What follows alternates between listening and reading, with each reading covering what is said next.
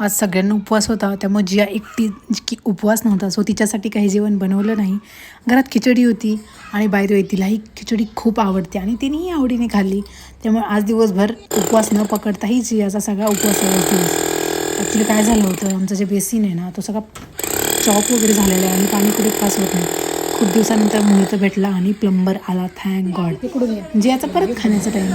Orange दिसलं, so तिला craving झालं. भूक तर तिला काही जास्त नव्हती, सो बोले की माऊ मला ऑरेंज आहे ते सोलून दे. जियाने ऑरेंज फिनिश केलं आणि तिला सांगितलं चप्पल व्यवस्थित जागेवरती काढायची. पाऊस येत होता तरी पावसात जाऊ नको म्हणलेलं काय लहान मुलांना समजतं का. त्यानंतर उपवासाचे शेंगदाणे होते, सो तिला तेही खायचे होते.